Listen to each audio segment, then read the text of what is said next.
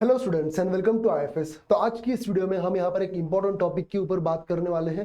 ठीक है, ऐसे क्वेश्चन आपको बार बार देखने को मिलते हैं। सीएसआर नेट का एग्जाम हो गया, फिर इवन आपके सेट का भी एग्जाम हो गया, और आपके इवन जैम के भी एग्जाम में भी ऐसे क्वेश्चन देखने को मिलते हैं, और गेट में तो है ही है ये टॉपिक। ठीक है, तो मेन ग्रुप का ये टॉपिक है oxo acids of phosphorus. Right, तो इसके ऊपर कुछ क्वेश्चंस पूछते हैं, मोस्टली आपके होते हैं एसिड्स के ऊपर ये क्वेश्चंस होते हैं। तो क्वेश्चन किस टाइप से आते हैं और आ सकते हैं, तो ये क्वेश्चंस हम यहाँ पर इस वीडियो में देखने वाले हैं। ठीक है, तो चलिए अब एट द एंड में आपको एक क्वेश्चन दूंगा, तो वो आपको होमवर्क के लिए करना है। सेम इसी टाइप का एक क्वेश्चन होगा, इसके रिलेटेड क्वेश्चन होगा, इसी कंसेप्ट के रिलेटेड, और जो भी इसका आंसर आपको आएगा वो जरूर आपको कमेंट सेक्शन में यहाँ पर मुझे बताना है। ठीक है, तो यहाँ पर देखिए फर्स्ट क्वेश्चन क्या है। The types of acids obtained after hydrolysis of P4O6 and P4O7 respectively are. ठीक है, यहाँ पर दो आपको फॉस्फोरस के ऑक्सो एसिड्स दिए हैं, P4O6 एंड P4O7, और इसका अगर हम क्या करेंगे, हाइड्रोलिसिस करेंगे, कौन से टाइप के हमें एसिड्स देखने को मिलेंगे, ये यहाँ पर आ गया है। ठीक है, तो पूरा कॉन्सेप्ट यहाँ पर हम डिस्कस करेंगे, तो उसके बाद आई एम प्रीटी श्योर कि आप इसका आंसर खुद से ही दे दोगे। ठीक है, और जिनको पहले से अब पता है ये कॉन्सेप्ट कैसे सॉल्व करते हैं, तो वीडियो को पॉज कीजिए और इसको खुद से सॉल्व कीजिए, और at the end cross check कीजिए इस आंसर। ठीक है, चलिए फिर यहाँ पर डिस्कस करते हैं ऑक्सो एसिड्स ऑफ फॉस्फोरस। तो चलिए, जब हम ऑक्सो एसिड्स की बात करते हैं ना, तो दो ऑक्साइड्स हमें यूजुअली देखने को मिलते हैं। ठीक है, जब हम बात करते हैं यहाँ पर ऑक्साइड्स की, तब यहाँ पर हमें दो ऑक्सो एसिड्स या दो ऑक्साइड्स देखने को मिलते हैं। एक होता है आपका नॉर्मल ऑक्साइड, एक होता है आपका नॉर्मल ऑक्साइड, और दूसरा होता है आपका मिक्स्ड ऑक्साइड। दूसरा क्या होता है आपका मिक्स्ड ऑक्साइड। अब नॉर्मल ऑक्साइड का मतलब क्या है कि हाइड्रोलिसिस के बाद जो ऐसे हमें एसिड मिलेगा ना, वो एक ही टाइप का एसिड मिलेगा। ओके, क्या लिख सकते हैं हम,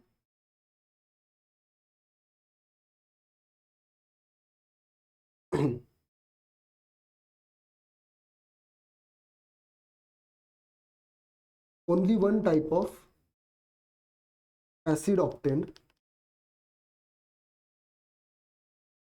after hydrolysis, ऐसा आप कह सकते हो। Yes, only one type of acid obtained after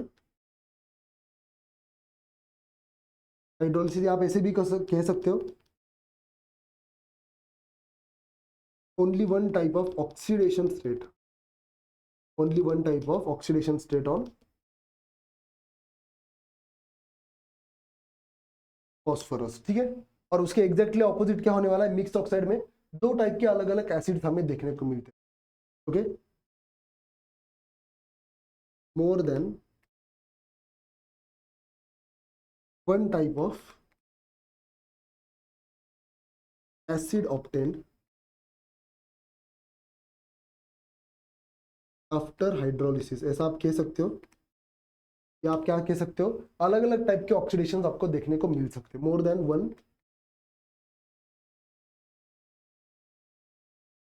one type of oxidation state obtained, oxidation state obtained. ठीक है, बस ये डिफरेंस होता है आपका एक नॉर्मल ऑक्साइड में और दूसरे आपके मिक्स्ड ऑक्साइड में। अब चलिए, ये तो कहानी हो गई ऑक्साइड्स की, बट ये जो स्ट्रक्चर है इनको कैसे ड्रॉ करते हैं, सबसे पहले तो इनको ड्रॉ कैसे करते हैं ये देखना पड़ेगा, फिर उसके बाद ही हम डिसाइड कर सकते हैं यहाँ पर कि इनका हाइड्रोलिसिस कैसे होगा और किस बेसिस पे होगा। ठीक है, तो चलिए सबसे पहले स्ट्रक्चर्स देखते हैं। बहुत ईजी है ये स्ट्रक्चर्स, कुछ डिफिकल्ट नहीं है। आपने एडामेंटेन तो देखा होगा, राइट, एडामेंटेन के जैसे इनके स्ट्रक्चर्स आपको देखने को मिलते हैं। तो सबसे पहले अगर मैं यहाँ पर बात करूं P4O6 की, ठीक है, जो हमारे क्वेश्चन में भी दिया गया है। अब P4O6 का स्ट्रक्चर कैसे आता है देखो, सबसे पहले मैं ये 6 मेंबर रिंग निकाल लूंगा। यहाँ पर एक एडामेंटेन टाइप ये स्ट्रक्चर हो गया। अब P4 है तो 4 फॉस्फोरस सबसे पहले मैं प्लेस कर दूंगा, तो 1 2 3 और 4, राइट, ये 4 फॉस्फोरस हो गए। अब बाकी के जो है मुझे ऑक्सीजन प्लेस करने, तो 1 2 3 4, ये आपका 5th और ये आपका आ गया। ओके, ये हो गया आपका किसका स्ट्रक्चर, P4O6 का स्ट्रक्चर। आपका एडामेंटेन कैसे होता है, ये होता है ना आपका एडामेंटेन, यस, तो काफी इससे सिमिलर है इसका स्ट्रक्चर। तो ये हो गया आपके P4O6 का स्ट्रक्चर। अब इसमें हम एक काम करेंगे, इसमें हम देखते हैं इनकी ऑक्सीडेशन स्टेट फॉस्फोरस के ऊपर क्या आ जाएगी। तो आप देख सकते हो ऑक्सीजन के ऊपर -1 -1 -1 होगा ऑब्वियसली। तो फॉस्फोरस के ऊपर ऑक्सीडेशन स्टेट क्या है, +3 हो जाएगी। यहाँ पर भी आ जाएगी आपकी +3 ऑक्सीडेशन स्टेट। अब ये इसको ही देखकर आप क्या बता सकते हो कि आपका ये किसका है, नॉर्मल ऑक्साइड का एक एग्जाम्पल है, राइट। अब इसका मैं अगर ऑक्सीडेशन करूंगा, जब इसका मैं ऑक्सीडेशन करूंगा, अब ये 6H2 क्यों लिए मैंने, क्योंकि एक POP बॉन्ड ब्रेक करने के लिए मुझे यहाँ पर एक H2O लगता है, ठीक है। चाहे तो आप लिख लीजिए यहाँ पर 1 POP bond requires 1 H2O molecule to break। तो आपको कंफ्यूज नहीं होना चाहिए कि आपने 6 मोल्स ऑफ H2O क्यों लिया। क्या आप काउंट कर सकते हो, यहाँ पर आपके 6 POP बॉन्ड्स होंगे इन स्ट्रक्चर में। ओके, आप 6 H2O लिया है। अब यहाँ पर क्या मिलेगा मुझे प्रोडक्ट में, वो इंटरेस्टिंग है। देखो सभी फॉस्फोरस की ऑक्सीडेशन स्टेट +3 है। अब दो एसिड्स हमें देखने को मिलते हैं, एक होता है आपका फॉस्फोरस एसिड और दूसरा होता है आपका फॉस्फोरिक एसिड। जो आपका फॉस्फोरस एसिड होता है उसमें जो ऑक्सीडेशन स्टेट होती है फॉस्फोरस के ऊपर वो होती है +3, और जो आपका फॉस्फोरिक एसिड है उसमें जो ऑक्सीडेशन स्टेट होती है आपकी फॉस्फोरस के ऊपर वो आती है +5। ध्यान रखना है, जब ROUS लगाते हैं तब ऑक्सीडेशन स्टेट आपकी कम होती है, दैट इज +3, और जब RIC लगता है फॉस्फोरिक एसिड तब ऑक्सीडेशन स्टेट इंक्रीज हो जाती है, that is equal to your +5। अब फॉस्फोरस एसिड बनेगा यहाँ पर, यस और नो, क्योंकि सारे फॉस्फोरस के ऊपर अगर +3 है तो एक ही टाइप का तो एसिड मिलेगा। तो यहाँ पर मुझे क्या मिलेगा, 4 moles of phosphorous acid, P double बॉन्डो, यहाँ पर आ जाएंगे आपके OH, यहाँ पर आ जाएगा आपका OH और यहाँ पर आ जाएगा आपका, ठीक है। तो ये क्या बना है आपका फॉस्फोरस एसिड। बात समझ में आ रही है, यस और आप चाहे तो इसके ऊपर ऑक्सीडेशन स्टेट निकालो, क्या दिक्कत है। ये हो गई -1 -2 -1 -1 एंड +1। तो फॉस्फोरस के ऊपर ऑक्सीडेशन स्टेट क्या है, यहाँ पर +3 आपकी ऑक्सीडेशन स्टेट है, ठीक है। तो ये किसका एग्जांपल हो गया, आपके नॉर्मल ऑक्साइड का एग्जांपल हो गया। तो ये तो कहानी हो गई आपकी P4O6 की। अब इसके बाद जो देखेंगे वो है आपका P4O7। आपके वैसे एग्जांपल में कौन से पूछे हैं, P4O6 एंड P4O7, ठीक है। चलिए देखते हैं P4O7। अब तो आपका आइडिया आ गया होगा इसको कैसे ड्रॉ करेंगे हम। सिमिलर, सबसे पहले एडामेंटाइन लाइक स्ट्रक्चर ड्रॉ करेंगे यहाँ पर। चलो ये तो कर लिया हमने। सबसे पहले फॉस्फोरस लगा देते हैं, फॉस्फोरस फॉस्फोरस, यहाँ पर एक फॉस्फोरस और फॉस्फोरस। अब ऑक्सीजन प्लेस कर लेते हैं, 1 2 3 4 5, ये आपका 6। अब 7th ऑक्सीजन कहाँ पर आएगा, किसी एक फॉस्फोरस पर आप ऑक्सो बॉन्ड लगाओ, इसको हम बोलते हैं ऑक्सो बॉन्ड, ठीक है। अब निकालिए वापस से ऑक्सीडेशन स्टेट। तो देखिए इसके ऊपर तो +3 ऑक्सीडेशन स्टेट आएगी, 3 ऑक्सीजन, इसके ऊपर भी +3 आने वाली है, ऑक्सीजन के -1 -1 -1, इसके ऊपर भी +3 ऑक्सीडेशन स्टेट आएगी।